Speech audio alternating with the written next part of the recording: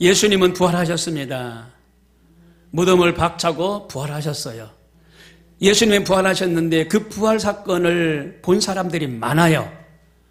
거기는 막달라 마리아와 여인들도 있었고, 그리고 엠마오로 가는 두 제자도 있었으며, 베드로와 도마, 그리고 7 제자, 그리고 12 제자, 11 제자, 그리고 500여 명의 성도들이 있었고, 그리고 야고보도 그 광경을 봤습니다. 그리고 제자 바울도 봤고요. 많은 사람들이 예수님이 부활하는 모습을 봤습니다. 그 장소는 엠마오가 장소고, 그리고 예루살렘이 장소고, 그리고 갈릴리 호수에서, 그리고 갈릴리 산상에서, 감람산에서, 담액산상에서 예수님이 부활하신 걸 봤어요. 예수님이 부활하신 줄로 오늘 믿으시길 바랍니다. 그래서 예수님의 은총인데 4가지로 말씀을 나누길 원합니다. 첫 번째로 예수님의 부활을 체험한 사람들이 나와요. 예수님의 부활을 체험한 사람들이 나오는데, 예수님은 무대문에 갇혀서 사흘 만에 부활하셨어요. 근데 막달라 마리아와 여인들이 이제 예수님 찾아 이른 새벽에 들렸어요. 사흘째 되는 날 들렸는데, 거기에 돌무덤이 옮겨져 있고, 그리고 파수꾼은 도망가고, 천사만 빛나고 영광 가운데 자리하고 있는 걸 알 수가 있었습니다. 그러면서 천사가 마리아와 그 여인들에게 말합니다. 그리스도가 부활하셨고 갈릴리에서 제자들을 만날 것이라, 빨리 가서 이 소식을 전하라 라고 천사가 말을 합니다. 마태복음 28장 5절에 보니까 천사가 여자들에게 일러 가로되 너희는 무서워 말라. 십자가에 못 박히신 예수를 너희가 찾는 줄을 내가 아노라. 그가 여기 계시지 않고 그의 말씀하시던 대로 살아나셨느니라. 와서 그의 누우셨던 곳을 보라. 또 빨리 가서 그의 제자들에게 이르되 그가 죽은 자 가운데서 살아나셨고 너희보다 먼저 갈릴리로 가시니 거기서 너희가 뵈리라 하라. 보라, 내가 너희에게 일렀으리라 하거늘 말씀하셨어요. 막달라 마리아와 여인들에게 천사가 말을 했습니다. 그런데 예수님의 그 무덤은 열려있는 빈 무덤이 되어 있었습니다. 예수님이 안에 계신 줄 알았는데 그렇지 않습니다. 하얗게 벗어던져 놓은 수의만 있었지 예수님은 그 무덤 안에 안 계셨습니다. 시체가 어디 있나, 어디다 두었나 마리아가 울부짖으며 시체를 돌려달라고 하소연했지만 시체는 없었습니다. 마가복음 16장 12절에 그 후에 저희 중 2사람이 걸어서 시골은 엠마오를 말합니다. 가는 중에 예수를 만난 거예요. 십자가 못 박히신 예수님을 만난 거예요. 베드로는 갈릴리에서 예수님을 만난 거예요. 누가복음 24장 33절에 곧 그 시로 일어나 예루살렘에 돌아가 보니 11사도와 및 그와 함께한 자들이 모여있어 말하기를 주께서 과연 살아나시고 베드로에게 나타나셨다 하는지라. 2사람도 길에서 된 일과 예수께서 떡을 떼심으로 자기들에게 알려주신 것을 말하였더라. 요한복음 20장 19절에 그 후 첫날 저녁 때에 제자들이 유대인들을 두려워하여 모인 곳에 문들을 닫았더니 예수께서 오사 가운데 서서 가라사대 너에게 평강이 있을지어다 이 말씀을 하시고 손과 옆구리를 보이시니 제자들의 주를 보고 기뻐하니라. 아프리카에 이런 풍습이 있었대요. 아프리카에 어느 마을에 감사하면 감사할 일을 내가 받았잖아요. 저분한테 저분의 덕을 내가 받았잖아요. 그러면 그날 저녁에 그 집의 마당에 가서 조용히 앉아서 감사한 마음을 표하는 풍습이 있대요. 그러지 않고 그러면은요 동네 사람들한테 쫓겨남을 받을 수 있다는 겁니다. 원성을 사요. 동네 사람들한테. 예수님 생명이시고 부활이시고 예수님 부활하신 게 2000년 전에 과거지만 여러분 이 부활은 진행형입니다. 진행형. 그리고 감람산에 가니까 제자들이 또 모였어요. 감람산 앞에서 또 예수님 말씀하시고 이제 승천하시잖아요. 그 모습을 500여 명이 봤다고 그랬어요. 얼마나 감격적이겠어요. 아니 얼마나 감격스럽겠냐고요. 그 모습을 보니까. 그 후에 다메섹 도상에서 또 사울을 바울로 변화시키는데 나타나 주셨어요. 사도행전 9장 3절에 사울이 행하여 다메섹 가까이 가더니 호련히 하늘로서 빛이 저를 둘러 비추는지라. 땅에 엎드려져 들으며 소리 있어 가라사대 사울아 사울아 내가 어찌하여 나를 핍박하느냐 하시거늘 대답하되 주여 뉘시오니까 가라사대 나는 내가 핍박하는 예수라. 예수님 말씀하셨어요. 나는 네가 핍박하는 예수다.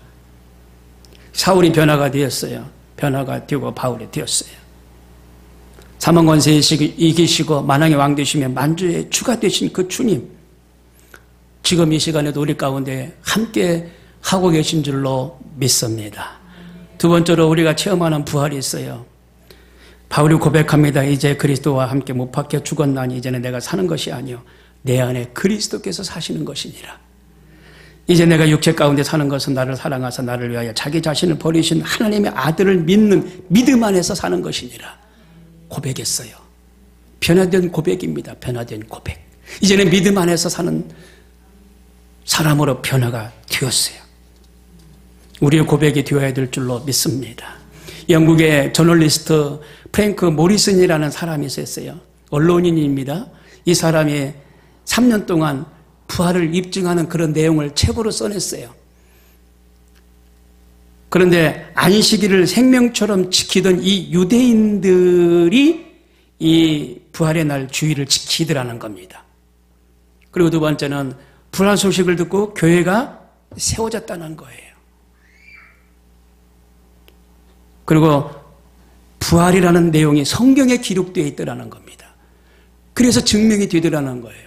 그러니까 그때 당시 성령의 감화감동 받아가지고 50인들이 성경을 기록했잖아요. 각자 다 떨어져 있는 곳에서 성령이 역사하셔서 성령의 인도하심을 받아 이 성경을 기록했거든요.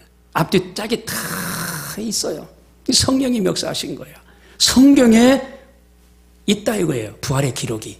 그래서 증명이 됐고, 세 번째로 엄청난 핍박 속에서도 교회가 살아났다는 겁니다. 로마 황제의 그 10가지 박해가 있었잖아요. 그 박해에서도 기독교인들은 살아났다는 겁니다.